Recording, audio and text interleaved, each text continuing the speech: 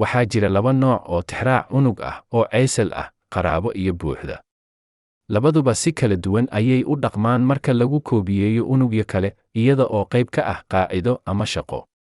Tixraacyada qaraabada ah ayaa ah kuwa caadiga ah iyo malaha nooca aad u isticmaali doonto inta badan hababkaaga. Tusaalahan, waxaan u baahanahay inaan ogaado wadarta qiimaha shay kasta oo liiska ku jira qaansheegta. Si tan loo sameeyo, waxaan u baahan doonaa inaan ku dhufto qiyamka labadan unug. Kaliya waxaan geli doonaa qaacidadayda halkan ku bilow inaad ku qorto calaamadda siman. Kadibna qaacidada waxaa lagu dhufan doonaa 4x4. Markaad dhammayso, taabo Enter ee kombuyuutarkaaga.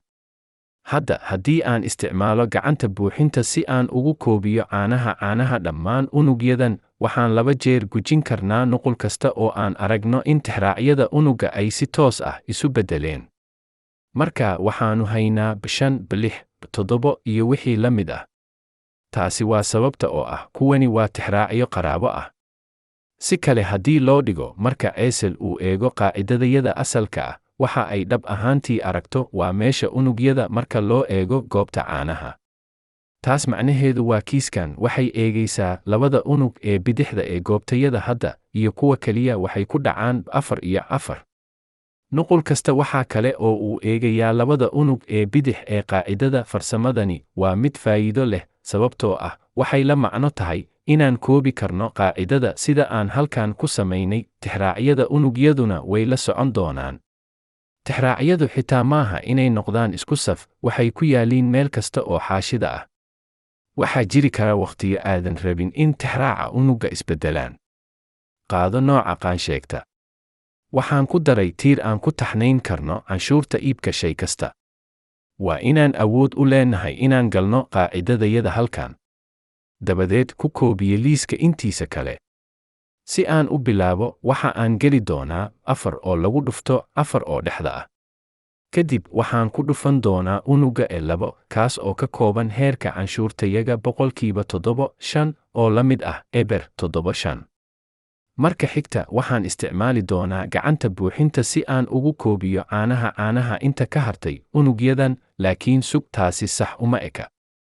Xataa waxay saamaynaysaa qaacidooyinka ku jira xaashida shaqada inteeda kale.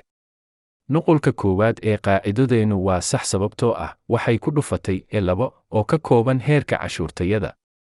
Laakiin marka aan hoos ugu dhaadhacno liiska, waxaan arki karnaa in tixraacu uu guurayo marka la eego unugyada, taas oo aan ahayn waxa aan rabno.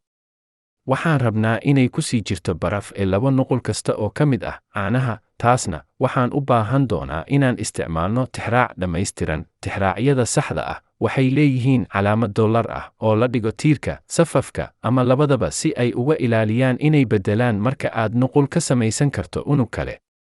Si tiirka iyo safku aanay isbeddelin, dhig calaamad dollar ah labadaba hortooda.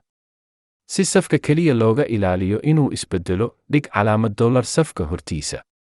Si aad tiirka kaliya uga ilaaliso in aanu isbeddelin, dhig calaamad dollar tiirka hortiisa. Inta badan waxaad isticmaali doontaa nooca ugu horreeya ee tixraaca saxda ah, midka ay jirto calaamad dollar ka hor tiirarka iyo safka. Aan ku noqono tusaaleheenna oo aan ku darno calaamadaha dollarka ka hor tiirarka iyo safka si aan E2 uga dhigno tixraac dhammaystiran.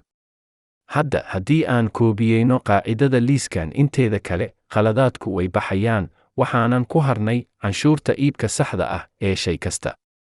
Tixraaca qaraabada ahi waa uu ka duwan yahay unug kasta, laakiin tixraaca E2, tixraacayaga dhammaystiran, wuu sii ahaanayaa. Ugu dambayntii, waxaan jeclaan lahaa in aan ku tuso sida loo abuuro tixraacyada unugga ee waraaqo shaqo oo kala duwan oo isku mid ah isla buugga shaqada. Tani waxay noqon kartaa mid faa'iido leh haddii aad rabto inaad ku abuurto qaacido, hal warqad shaqo oo tixraacaysa qiimaha mid kale. Waxay u shaqaysaa si la mid ah tixraaca caadiga ah, kaliya waa inaad ku dartaa magaca xaashida shaqada oo ay la socoto ciwaanka gacanta. Marka si aad u bilowdo, qiyaas unugga aad rabto in aad isticmaasho, kadibna u fiirso meesha uu ku yaal. Tusaalahan, waxaan ku isticmaali doonaa unugga E4 ee amarka menu ee warqadda shaqada. Marka xigta, u beddel xaashida shaqada meesha aad rabto inaad ku isticmaasho tixraaca. Sida aad arki karto, waxaan hore u haystay qaacido xisaabiya wadarta dhammaan adeegyadan. Keliya waxaan u baahanahay inaan ku daro wadarta nidaamka menu ee qolkan halkan. Si loo tixraaco unugga, ku qor magaca xaashida shaqada marka hore.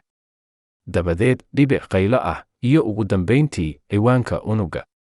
Haddii magaca xaashida shaqada uu ku jiro meel bannaan, sida tusaalahan, waxaad u baahan doontaa inaad ku darto hal calaamad oo xigasho oo ku wareegsan magaca. Markaad dhammayso, taabo Enter. Iyo Excel waxay ka soo jiidan doontaa qiimaha xaashida kale ee shaqada. Taas macnaheedu waa haddii unugga ee 14 uu weligiis beddelo warqadda shaqada ee dalbashada menu, sidoo kale halkan waa lagu cusboonaysiin doonaa. Hagaajinta tixraacyada unugga ayaa fure u ah abuurista qaabab adiga iyo xogtaada u shaqeeya.